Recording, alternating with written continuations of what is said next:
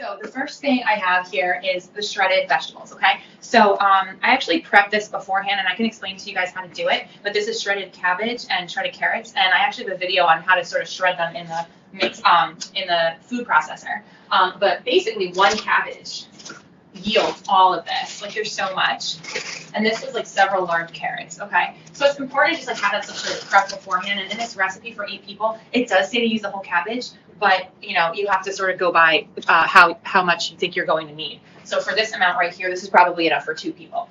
Okay, so we have our cabbage and our carrots. The next thing we're going to do is we're going to slice our red onion really thin. Now with red onion, it's like kind of peppery, you know, it's like a little spicy. So I like it because it sort of gives this like a little kick. But you don't really need a lot of red onion. Has anybody ever tasted red onion and said, oh my God, that's way too much red onion? I feel like that's always the case. So here, you'll want to slice it really thin, but you could also put this one in the food processor too and get it like really shreddy. I just don't like putting onion in the food processor because I like everything tastes like onion for a long time. So I try not to do that. But really, this is kind of all you need. And you just kind of cut it really thin and then sort of give it another little bit of a chop.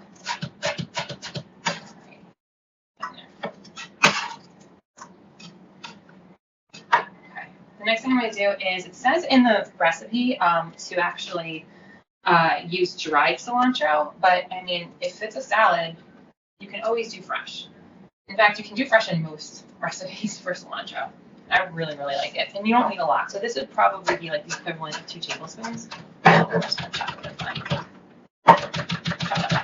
And like what I really like about this salad in general is that the dressing is made from fruit and vegetables and herbs. It's like there's nothing else. You don't need, you know, any other things to sort of make it taste really good.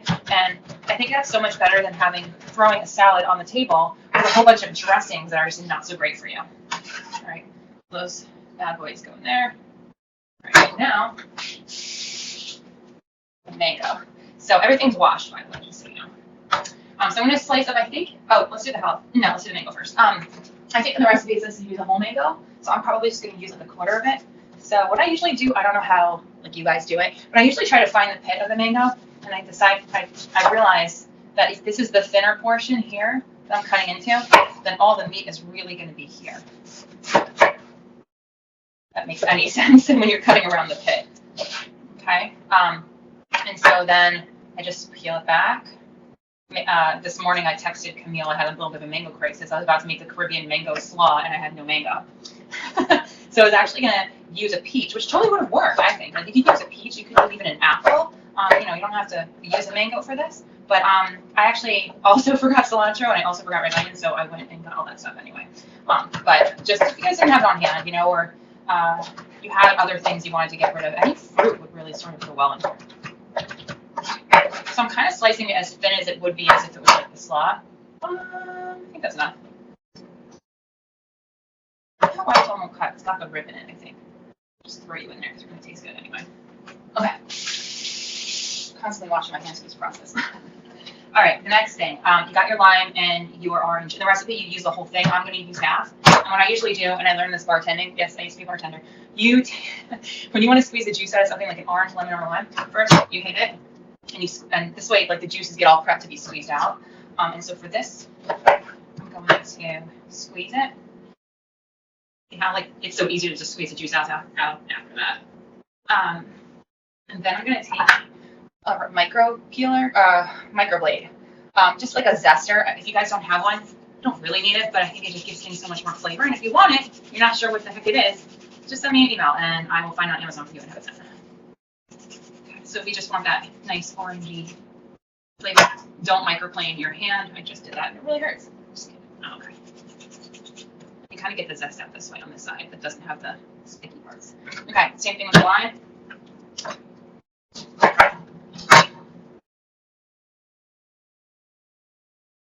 That one gave me some trouble.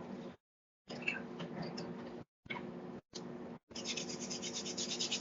And this is like a great summer recipe because I feel like it's so fresh, you know, like it kind of takes away from like those boring salads that we're used to having, winter, creamy dressings, etc. It's nice and bright. Okay. Oh, lastly, can't forget the heat. Okay, so this is the jalapeno pepper. Be very careful. If you've never used one before, look at the way this part looks. When you touch a jalapeno pepper, you know, your hands are gonna like have the essence of it. So it'll be like if you put your hands in your eyes or something like that, your fingers in your eye near your eyes, it will really hurt like a lot. So you gotta be careful. You have to wash your hands right after you use the jalapeno. It says here to mince it.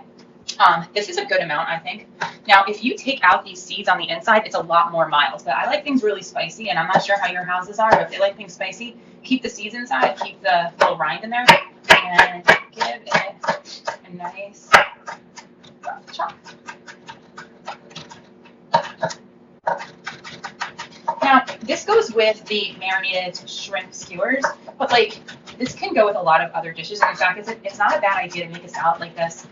If you have leftover, like any slaw kind of salad using these shredded cabbages, it like gets better every day because it just kind of sits. Like think of like regular coleslaw. Like it's not great when you first make it, but if it sits in the refrigerator for a little bit, it's actually really awesome. So I encourage you to make things like this, and if everyone's getting kind of sick of it, you can switch up so many of the ingredients. Like you can use peaches instead of mango, and you can use you can throw lettuce in with the shredded cabbages and that sort of thing too.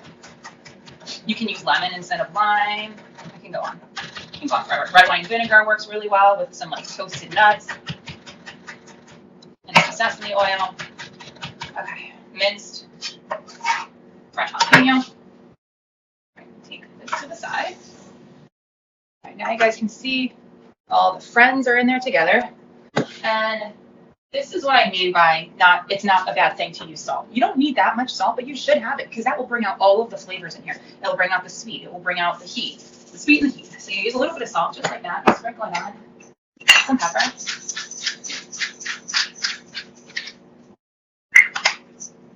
And then here's your olive oil. It says a tablespoon for the whole thing. So that's going to be about a half a tablespoon here. I'm just sort of drizzling it on.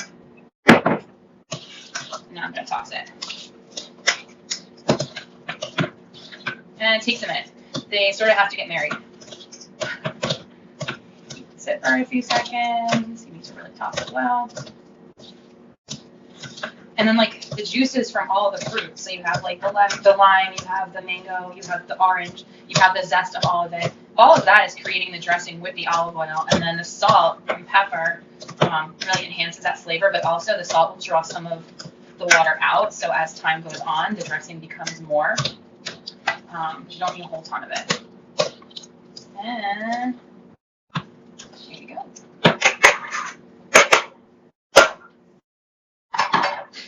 That's what it looks like. Nice and colorful and pretty. Probably go with anything that you grill and barbecue in the summertime. Tonight I'm actually making pad thai because I just feel like it. And this would go really good with something like pad thai. It has a cilantro in it, etc. To lighten up the dish.